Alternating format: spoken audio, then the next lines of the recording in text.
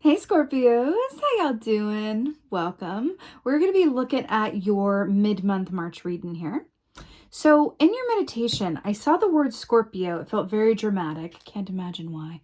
That's no shade, Scorpio. You know, I'm Scorpio moon. I understand that Scorpio energy can be a very unique yet extreme energy. It's kind of where its power lays, right? But I saw the word Scorpio being written out in black ink, and it felt like this bit of a dramatic script of Scorpio. And then I saw a vulture come in and just peck away at the top of each letter, and it felt exposed. And it felt like, oh my God. And then I saw very like, oh, I'm exposed to the elements. And then I saw an image, just go with me on this, of, so have you ever seen like bacon fat after it cools and it becomes that like white substance? I saw that kind of where the vulture had, picked off and kind of exposed the lettering. And then I saw that form over it and it felt like, soft and pliable and like, what are we going to do with this? And then I saw this like bright white light script of Scorpio come and be placed right on top of the old one. And it was like glittery and wonderful. And it felt like, you know what it felt? I'm going to show you. So actually, this ring is a spirit aura quartz. I love this ring. And this is what it was like. Can you see that? The letters were like sparkly and white like that. Like it felt, and actually I do feel like that spirit aura quartz is an aspect of it. So I'll go ahead and like speak on that. Spirit aura quartz is very much about a radiant energy that is able to transmute anything that is negative into something that is constructive, positive, and hope centric. So vulture medicine is also very much about, a bit on the nose, but is very much about, removing the remains of what was in order to recycle that, refurbish it, and have something, newer, more to the now, or bigger and better take its place. It equates to like a Ten of Swords energy in that way, where it marks an ending, like your death key, really. Marks an ending so that a new beginning can rise. It's interesting how it's coming through. Let's go ahead and see what your animal energy is. Very interesting how it's coming through. Oh my God, I love it. The owl, one of my absolute favorites. I know this is a totem for somebody watching this. I could just felt someone go, oh, that's my animal. So owl. Really beautiful energy. The owl is a hybrid energy for me of a high priestess and a 10 of cups energy, right? But this is about clear sight. This is about, seeing as... back to the meditation. So Ted Andrews in his Animal Speak book says that owls carry the sun with them, right? So they see, it's not that they only see well in the nighttime, it's that to them, they see just as well in the nighttime as they do during the day. So the owl carries the sun with them in the nighttime, and it's really beautiful. I forget how he words it. It's like the sun lives through the owl at night. So he words it really beautifully, but I feel like that's coming through for you, especially because we saw the black script, make way for the white, glittery, wonderful realness. So there's something in that. I feel like it would be easy to say that there's a transformation going on, but I don't actually feel like it's the kind of transformation where it requires you to just kind of like, really endure and undergo and hang in there. It doesn't really feel like that. And so because of that, I'm going to say that it's a transition that's been coming for a while. And so it's just the end part of it, meaning I feel like whatever's need to have been released, whatever needed to change, whatever needed to be, filtered to a place of acceptance, right? Whatever it is, has happened.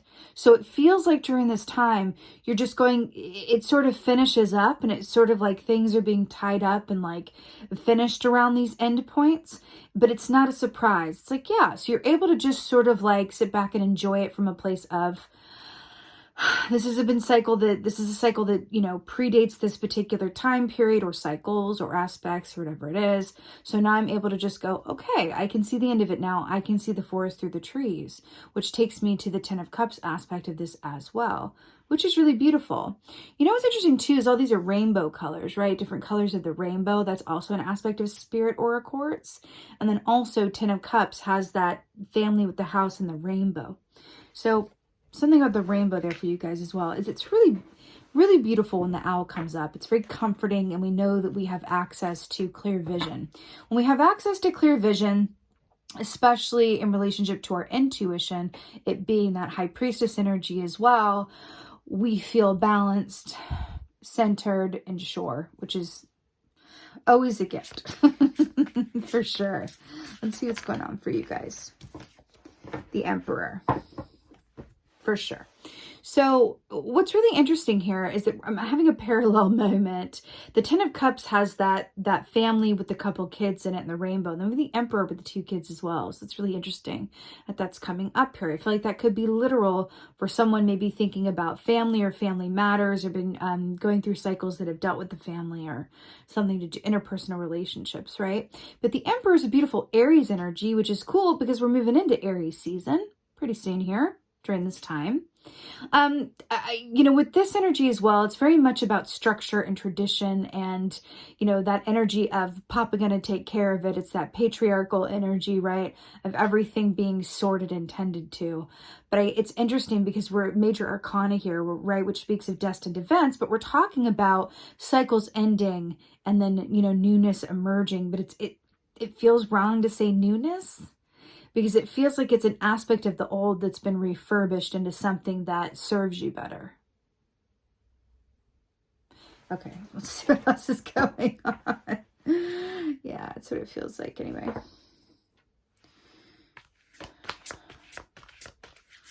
What else is going on for Scorpio? Righteous. Okay. 4 swords here. So, interesting. 4 of Swords is very much about being at rest. It is the taking the action of resting, right? And it's also allowing yourself to completely release any obligation or need to do anything, and gifting yourself with the time to just sort of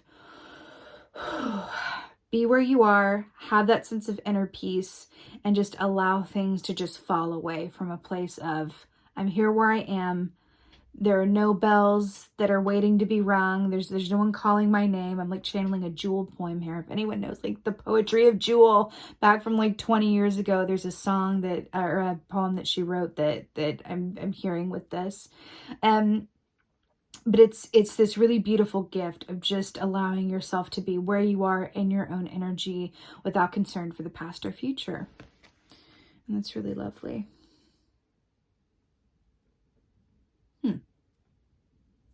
Remember the meditation when I saw the black script and then the vulture came and the white? What's really interesting here? Do you see how Homegirl is like in the shadow and then we have the light coming here with the swords? It's that transition from the darkness into the light. I feel like that's a comment because remember the owl with the sun in the nighttime? I feel like that's also a comment on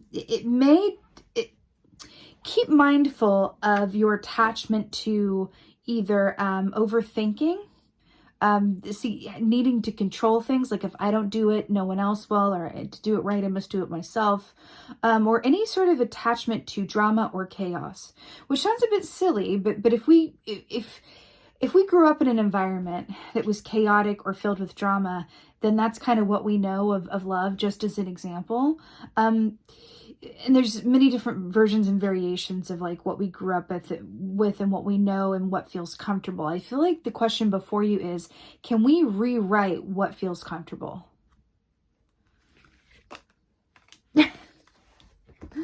Queen of Pentacles. I'm so here for it all day, every day. She is the queen of gratitude. And why I love her so much is that she's my second favorite queen, okay? Why I love her so much is because she's really, really wealthy, but not because she has a lot of monetary wealth, right? I mean, she does, but that's not why. It's because wherever she looks, she sees gold. It's all down to her perspective. She is wealthy and wants for nothing because her perspective is that of gratitude. It's very like, Mother Teresa, kind of energy, but from this place of just, grounding her though, outside of the sainthood, grounding her. She's this beautiful aspect of everything is perfect in this moment. Because if I'm not attached to how things should be, or if I release my will and ego around how things should be, suddenly the world opens up and I have access to feelings of happiness and contentedness that are not reliant on my outer given circumstances. You know how they say that your outer reality reflects your internal life? That's her all day, every day. So I feel like this is a beautiful call, an opportunity for you to resculpt or landscape your inner life and your inner reality, and then watch how your external world responds.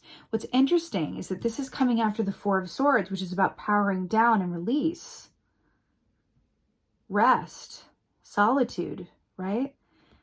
Moving into the light by doing so, releasing into the Queen of Pentacles. So if you do feel the call to power down and just stop and just like like go a different route, do things a bit differently, rest a bit more, rest in a different place, whatever that is for you, I would say really heed that call, because I feel like the purpose of that, but I feel like it's going to be subtle, but the purpose of that is to transform an aspect of yourself so that your given circumstances can, you know, align and upgrade. Yeah. The Emperor. Oh my God. Okay. I have to, okay. Here's the thing. It's very exciting. So when I was talking about Four of Swords, and we were it's Six of Swords, by the way. When I was talking about the Four of Swords and I was talking about the powering down and all that in the inner peace, this is the other key that represents inner peace, but it's more of a focus on a transition point. So beautifully tying in. Six of Swords is about moving on to calmer waters, inner peace, clarity of mind, and this really deep feeling that I'm exactly where I'm meant to be and on my highest and best path. That with the Emperor, there could really be a focus on you wanting to have your family life, your home life, your interpersonal relationships, even especially with the Emperor, your work life in order and settled to a certain point. And I feel this like need to where it's like, okay, can we just like get everything sort of in order and settled so that I can just kind of like not worry about it. And I feel like that is absolutely coming in at the forefront of this, but I feel like there's also an aspect of the opportunity to achieve that exists a bit outside of your control in terms of controlling your given circumstances externally, but more about your internal moves. Isn't that interesting? Four of Swords.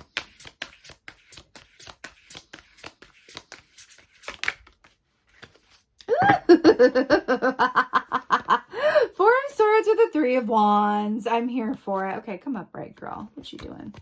Three of Wands is beautiful. It's forward movement. The Wands were the realm of the actions that we take, right? Usually around the work that we love to do or interpersonal relationships that really fuel our passions, right? So the Three of Wands is about, you know, people getting the memo around and coming forward to your aid, helping you along this journey and path. Three of Wands is like, I am moving and grooving and things are lining up for me. The Two of Wands is making moves, but it's more in the planning stages, right? And sort of like getting going. Three of Wands is like, boom, you're getting syndicated. Three of Wands is like, boom, you don't have to audition, you just get the offer. Three of Wands is like, boom, I heard about you from a friend that you do great work. Can I contract you for the next year? Right? Where you're trusting that the work that you've already done in your reputation is going to result in, you know, more work, more manifestation. The fact that we're having with the Four of Swords, I feel like you've done as much as you can do. But that's brilliant. There's freedom in that. You've done as much as you can do. It's time to allow yourself to just like trust, power down, and know that in doing so and releasing your attachment to XYZ, ABC, that's going to be the thing that propels you forward. It's a bit of like a slow down to speed up. Queen of Pentacles. Oh, it just flew out. Ooh. Oh, wow. Wow. Okay. So we have the moon here with the Queen of Pentacles. So the moon is very much about the unknown. This is the last part of the readings that I'm recording, by the way, and the moon has not come up yet. Usually she's all up in the business of the reading. So it's interesting that she's coming up for you guys, especially because you guys have the owl. Boop. So with the moon representing the unknown, right? Living in the questions, psychic energy, could even be some anxiety around what is yet to be or what will be. I feel like this with the Queen of Pentacles. Remember, we talked about how because her inner landscape is so rich, her outer landscape is very rich, right? And then we have this with the moon that says, can we live in the unknown? Can we walk forward not knowing exactly how things will be? Because if we are able to do that, that is what elicits the Ten of Cups happiness, right? It's less about what is in our external worlds during this time of the month and more about what we can do to line up in here. Can you see that in here? Internally. And then watch how and see how it reflects on our outer given circumstances. Can you appreciate and be grateful for what is without knowing what is to come? That is the question, Scorpio. You got this. I want to do an oracle. Let's do an oracle. Let's do this one. Let's do an oracle for Scorpio. Let's see what's going on.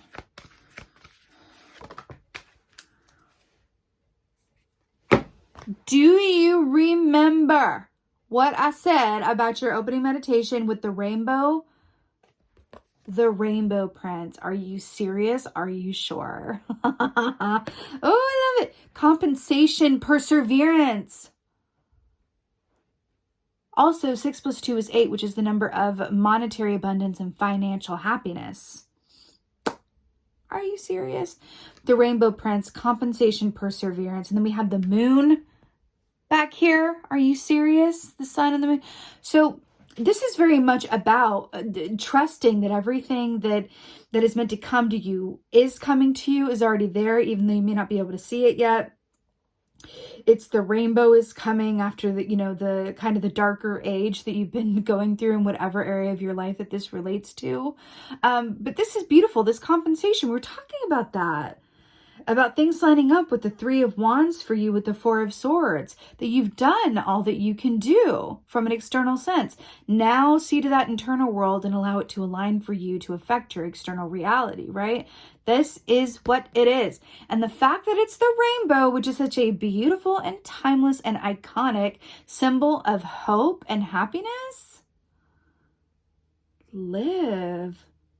I'm here for it. I'm really excited for you guys, Scorpio. It's really beautiful. And I want to say it's well-deserved. I feel that it's well-deserved. I feel that really strongly. So I'm wishing you a very happy rest of your month, a very happy and joyous spring equinox to those of you in the Northern Hemisphere.